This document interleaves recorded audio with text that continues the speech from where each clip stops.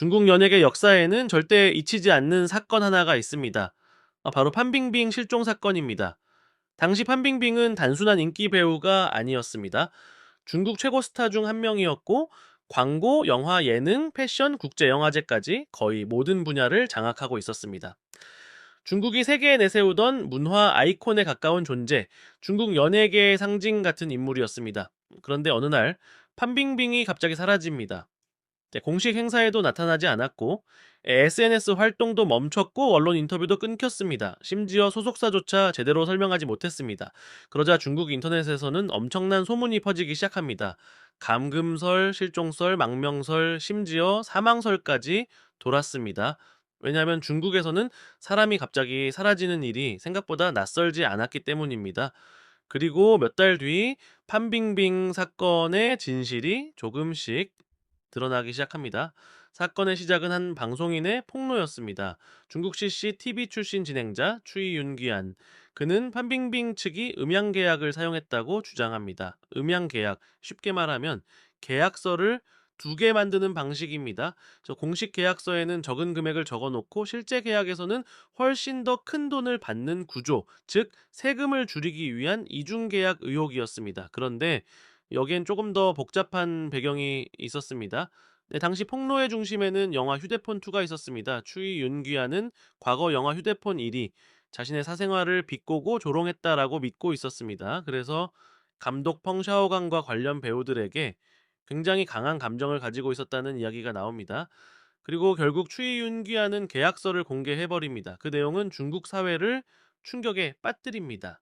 당시 의혹에 따르면 판빙빙은 단 나흘 촬영하고 공식적으로는 1,000만 위안을 받은 것으로 신고했는데, 실제로는 5천만 위안을 따로 받았다는 의혹이 나온 겁니다. 당시 기준으로 수십억 원 규모였습니다. 중국 대중 입장에서는 엄청난 충격이었습니다. 왜냐하면 평범한 사람들이 평생 벌어도 어려운 돈을 연예인은 며칠 만에 벌고 있었다라는 의미였기 때문입니다. 그리고 폭로 이후 중국 세무당국이 움직이기 시작합니다. 그 순간부터 판빙빙은 완전히 모습을 감춥니다. 그리고 이 시기 중국 사회를 더 충격에 빠뜨린 장면 하나가 나옵니다. 중국 사회과학원이 발표한 중국 연예인 사회책임 보고서. 여기서 판빙빙은 충격적으로 0점을 기록합니다. 사실상 국가 차원에서 문제가 있는 연예인이라고 공개적으로 낙인 찍힌 셈이었습니다. 이 장면이 무서웠던 이유는 단순합니다. 중국에서는 국가가 특정 개인을 사회적으로 존재하지 않는 사람처럼 만들 수도 있다는 공포를 보여줬기 때문입니다. 그리고 얼마 지나지 않아 판빙빙은 탈세 사실을 인정하게 됩니다. 이후 그녀는 공개 사과문을 올립니다. 네, 국가 정책을 제대로 이해하지 못했고 사회에 나쁜 영향을 줬다며 고개를 숙였습니다. 그리고 알려진 세금과 벌금 규모는 수천억 원대 수준이었습니다.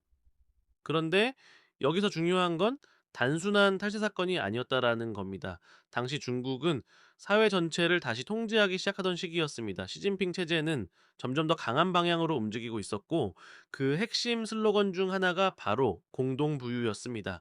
쉽게 말하면 일부 계층의 돈과 영향력이 지나치게 몰리는 걸 정부가 용납하지 않겠다라는 개념입니다. 그리고 중국 정부 입장에서는 연예인들의 천문학적인 출연료와 과도한 부의 과시는 사회의 불만을 키울 수 있다고 본 겁니다. 그래서 판빙빙은 하나의 본보기가 됩니다.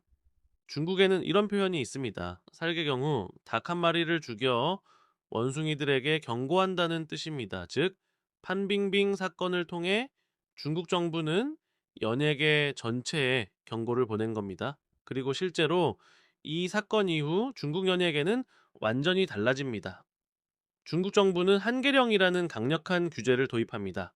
주연 배우 출연료가 전체 제작비의 일정 비율을 넘지 못하게 만들고 개인 출연료 상한선도 설정합니다. 그리고 여기서 끝나지 않았습니다. 이후 중국은 칭랑 행동이라는 대규모 인터넷 정화 운동으로 들어갑니다. 팬덤 문화 규제가 시작됐고, 과도한 온라인 후원, 조공 문화, 연예인 순위 경쟁 같은 것들이 대거 통제됩니다. 심지어 여성스러운 남성 아이돌 문화까지 규제 대상이 됩니다. 중국 정부는 당이 원하는 방향의 문화와 이미지를 강하게 밀어붙이기 시작한 겁니다.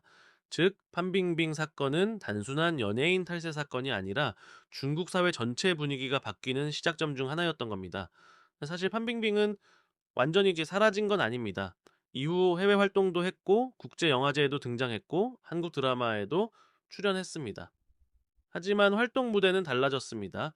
예전처럼 중국 본토 중심의 절대적인 국민 스타 자리로는 돌아가지 못했습니다.